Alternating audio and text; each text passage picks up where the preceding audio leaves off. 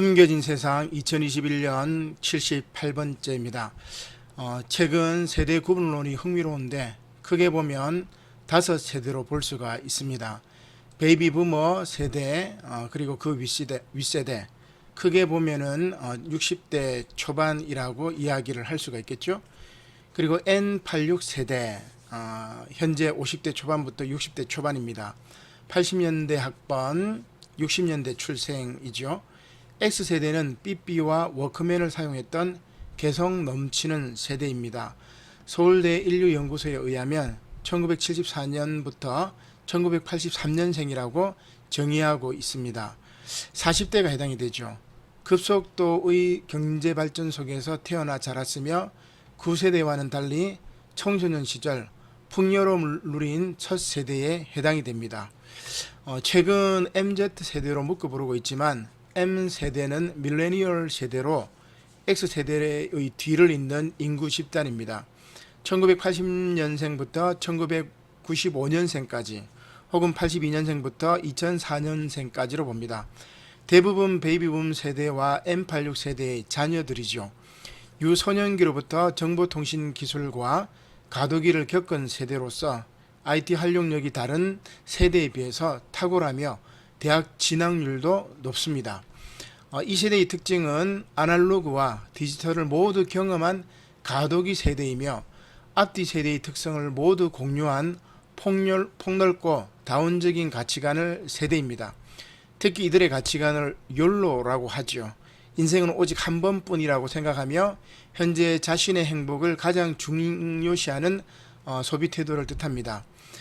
마지막으로 이제 Z세대일 경우에는 1995년부터 2010년대에 태어난 세대입니다. 20대 중반부터 10대들을 말하지요. 일반적으로 Z세대를 가르는 기준은 모바일 네이티브 여부입니다. 곧 태어났을 때 인터넷이나 스마트폰, IT 기술이 존재했던 세대입니다. 따라서 서양에서는 스마트폰이 본격적으로 등장하기 시작한 2000년대 후반부터 10대 시대를 보낸 세대가 Z세대라고 이야기를 하고 있습니다. 우리나라도 비슷하죠. Z세대의 가장 큰 특징은 어려서부터 인터넷 이용이 가능한 이동식 기기, 스마트폰이나 태블릿 PC 등 이것을 접한 세대라는 것이죠. 자라면서 인터넷을 자연스럽게 접했기 때문에 Z세대들은 IT 기술에 익숙하고 사교 생활에 있어서도 SNS를 자유롭게 사용합니다. 물론 앞선 세대들도 모두 컴퓨터 웹사이트와 스마트폰 어플리케이션에는 익숙하지만 Z세대는 후자를 특히 선호하는 경향을 보입니다. 기업들은 이들 Z세대가 소비 성향, 성장 배경 등 많은 방면에서 이전 세대와 차이를 보이기 때문에 다른 마케팅 전략을 짜기도 합니다. 쉽게 말해서 Z세대는 이전 세대와 다른 인종이라는 것입니다.